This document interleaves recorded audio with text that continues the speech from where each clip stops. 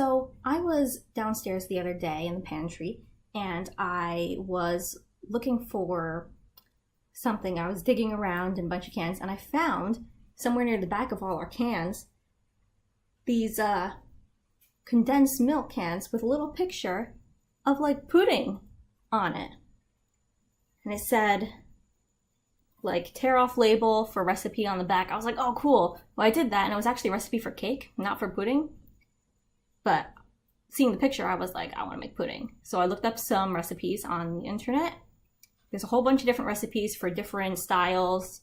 Obviously, you know, the thing that sprang to my mind was the Japanese pudding. But obviously, it's kind of known in a bunch of different places by different names, flan, things like that. I wanted to use the sweetened condensed milk. So actually, the Japanese pudding recipes I found didn't use sweetened condensed milk. They would just use regular milk, egg, sugar. So I found a recipe for a really delicious looking Brazilian flan using the condensed milk. So I'm gonna make that. But instead of making it in the big round shape with the hole in the center, like traditional Brazilian flan, I am gonna be kind of combining that with a recipe for a small flan that you can make in like muffin tins. Doing my research, it actually seems like a really simple recipe. Let's get started. All right, step 1, preheat the oven to 375 degrees. Step 2, melt 1 cup of sugar in a saucepan over medium-high heat.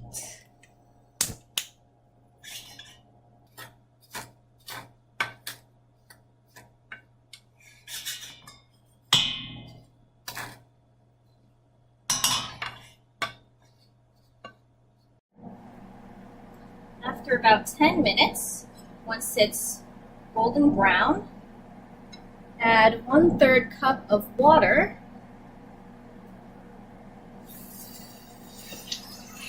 Let it cook. Oh, it thickens. Wow. It got like solid.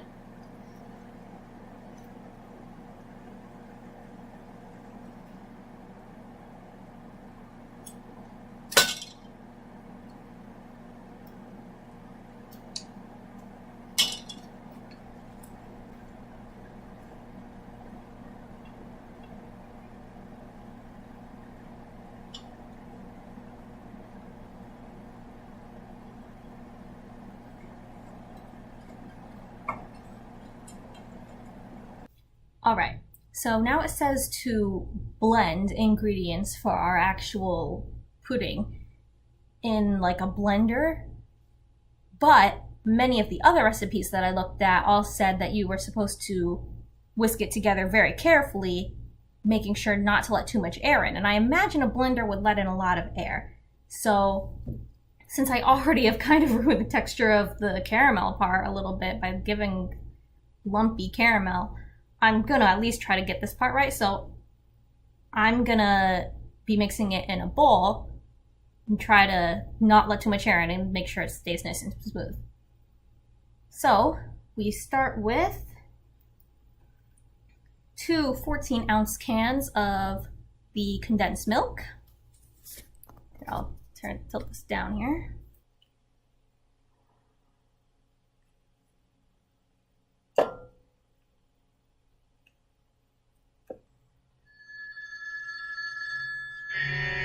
Oh, that's my mom. Roger, this is your mother.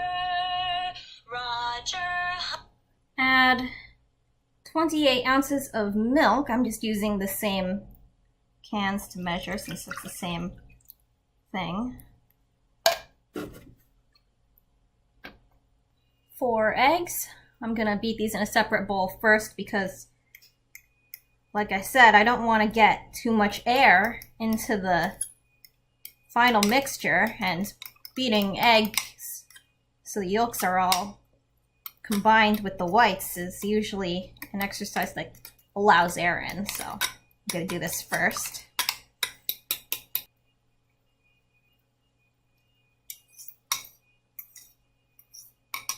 And 1 tablespoon of vanilla extract. Blend until smooth. And again, I'm gonna try not to let too much air in here, although this condensed milk is so thick, like, gotta beat that into submission a little bit. I'll just go slowly. Alright, so I transferred that mixture into easily pourable containers, and I'm going to pour them on top of the now chilled caramel topping in the muffin tins, about 3/4 of the way up. Cover that in tin foil, and then put it in a basin that is going to be filled with maybe about 1 inch of water. Then I'm going to put that in the oven at 350 degrees for 30 minutes. This is where the combining of the recipes comes in, because I was working off of a recipe for a whole cake version, which would have to cook for like 2 hours practically. But because it's a muffin tin instead of just cakes, it's obviously a lot shorter amount of time. You may also notice I changed the temperature from 375 to 350. I had to pause for 2 hours in between these steps because I had to make dinner, and that took up the oven for like 2 hours. So now that I'm finally ready to do this dessert, it's like the kitchen is full of people. All my aunts and everyone came over again, so they're all crowding up the space. So I'm doing the final steps of this in other rooms. I'm still gonna use the oven though. Alright, we'll see how they come out. Okay, so I got the flan out of the fridge the next morning because I had just let it chill because it got really late at night by the time I was about ready to start working on them, so I just let it chill overnight. And I used a little spatula to try to get them out of the tins. And flip it over. Usually people use, I guess, individual ramekins instead of muffin tins and put them on individual plates. I obviously used a muffin tin, so I tried putting them on cookie sheet first, and the idea is to then transfer them to plates when it's time to serve. It turned out to be a little harder to get out than I thought it would be. I had to go back a couple times. And then I finally thought I might have gotten it. You can see I'm struggling with it here a little bit. But what I realized happened after I finally got them out was actually that the caramel was still inside of the muffin tin there. The top hadn't transferred, it's supposed to be attached, so I was trying to get it out. It took a while. I pried it out, but they were like really hard candy discs. So at first I put them on top, but then I realized this isn't going to work.